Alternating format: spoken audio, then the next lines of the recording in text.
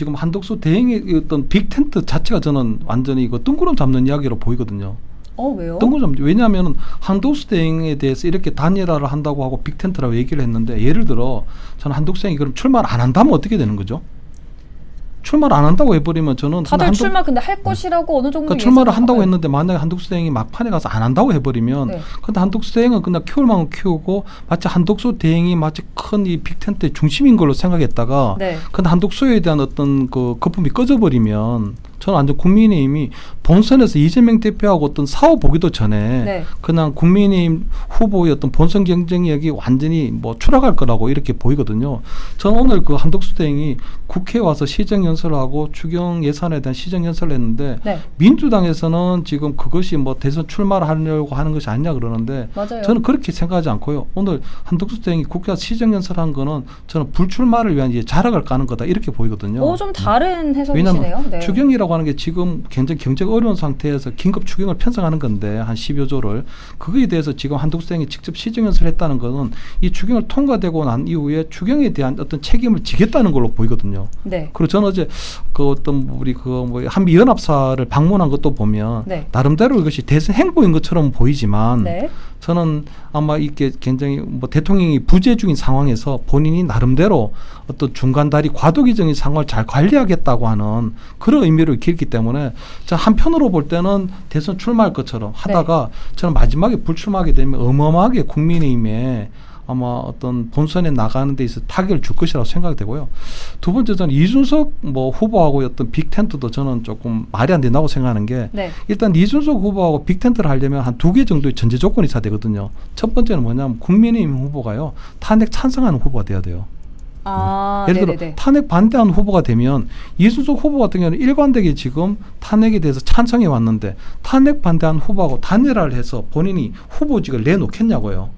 아니면 이준석 후보를 그냥 국민의힘의 최종적으로 떨어뜨리고 그럼 이준석 후보로 그럼 국민의힘 지지자들이 그럼 뭐 이재명과 맞서는 보수의 후보로 인정을 하나요? 그런데 탄핵 찬성 반대라기보다는 지금 대선이니까 어쨌든 민주당이 지금 너무 유력하니까 민주당에 그 기세를 주기 싫어서 합치는 걸 수도 있죠. 그러니까 이제 국민의힘 저는 쪽에서 굉장히 김치국을 마신다고 생각하는 게 이준석 후보는 떡줄 마음도 없는데 탄핵 반대한 후보하고 본인이 못하러 단일화를 해서 본인이 본선에 안 나가겠냐는 거죠. 단일화를 한다는 건 결국 이준석 후보가 단일화를 해서 후보직에 나오지 말라는 뜻이잖아요. 네. 국힘 최종 후보가 지금 이준석한테 후보자를 양보하겠다는 건 아니죠.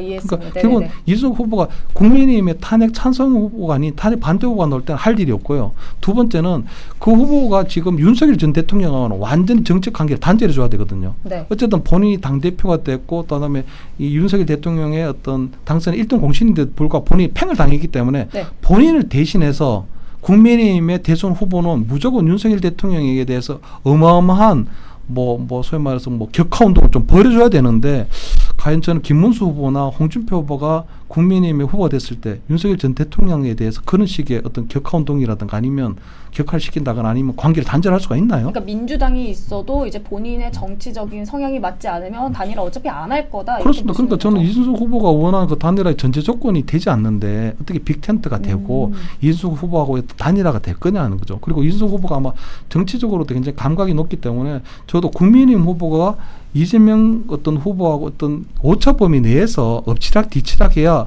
그나마 본인이 좀 보태줘서 시너지 효과가 날 수 있다고 생각하지 지금처럼 차이가 나는 상태에서는 이준석 후보가 굳이 이 국민의힘 후보하고 단일화 한다고 해서 아무런 시너지 효과가 없는데 본인이 어떤 빅텐트라는 이름 하에 국민의힘하고 후보하고 할 일은 없거든요. 그래서 저는 국민의힘에서 지금 자꾸 얘기하는 빅텐트라는 게 물론 그 이준석 후보에 대해서 흔들기는 된다고 봐요. 그 보수층이 자꾸 이준석 후보한테 몰리는 이런 여러 가지 관심들을 끌려고 하는 부분이 있지만 자꾸 이렇게 뜬구름 잡는데 너무 하다 보면 정작 중요한 본선에서 이재명 대표하고 어떻게 싸울 것인가에 대한 그건 생각하지 않고 빅텐트라서 마치 반 이재명인데 모으면 뭔가 될 것처럼 하는 그 부분은 굉장히 정부적인 오판일 수도 있다. 그래서 지금 대선 전략에서 세팅을 조금 제대로 할 필요가 있다 이런 생각이 들죠. 교수님 발언 위원님께 여쭤볼게요. 첫 번째 한덕수 대행 출마 안 하신다고 생각합니다. 두 번째 그 이준석 후보와의 빅텐트 좀 어렵다. 이거 두 개 여쭤볼게요. 한덕수 저는 대행이 나오지 않고 그냥 다음 달 3일 날 선출되는 국민의힘 대선 후보가 이재명 대표가 될 것으로 보이는 민주당 대선 후보와 겨룬다면 100점 100패죠. 이건 볼 것도 없습니다. 제가 볼 때는. 이건 뭐 선거 뭐 그날 뉴스는 볼 필요도 없습니다. 제가 볼 때는. 그러니까 지금 기울어진 운동장 속에서 탄핵 국면 속에서 국민의힘이 적어도 승리 가능성을 만들어내려면 한독수댕이 필요하죠. 에스컬레이터 효과를 계속 만들어내야 됩니다. 경선의 승강기 효과를.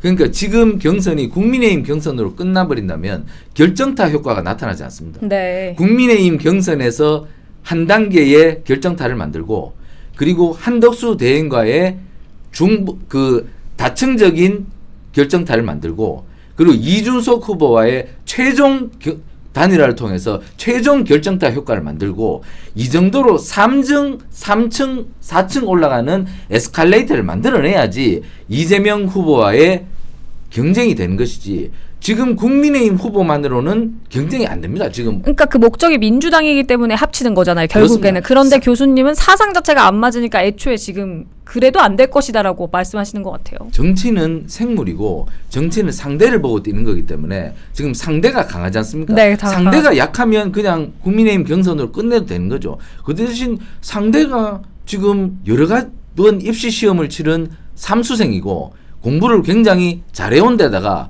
공부도 잘한단 말입니다. 실제로 성적이. 그렇기 때문에 그 공부 잘하는 학생을 깨기 위해서는 네.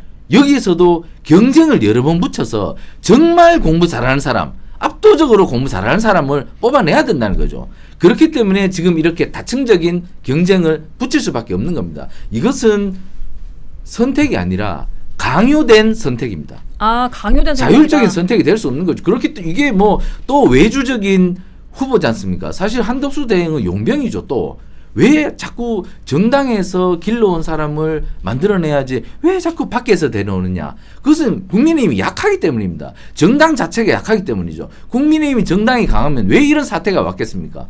정당이 약한 것을 인정하고 앞으로 강해지겠습니다. 이번으로 마지막입니다. 이렇게 가야 된다는 것이죠. 그렇게 해야 국민의힘은 승리할 수가 있고 네. 그렇지 않으면 승리할 수가 없습니다. 이게 국민의힘이 이렇게 다층 전략으로 가니까 분열이 없지 않습니까? 2017년 박근혜 정부 탄핵 때는요. 분열이 있었습니다.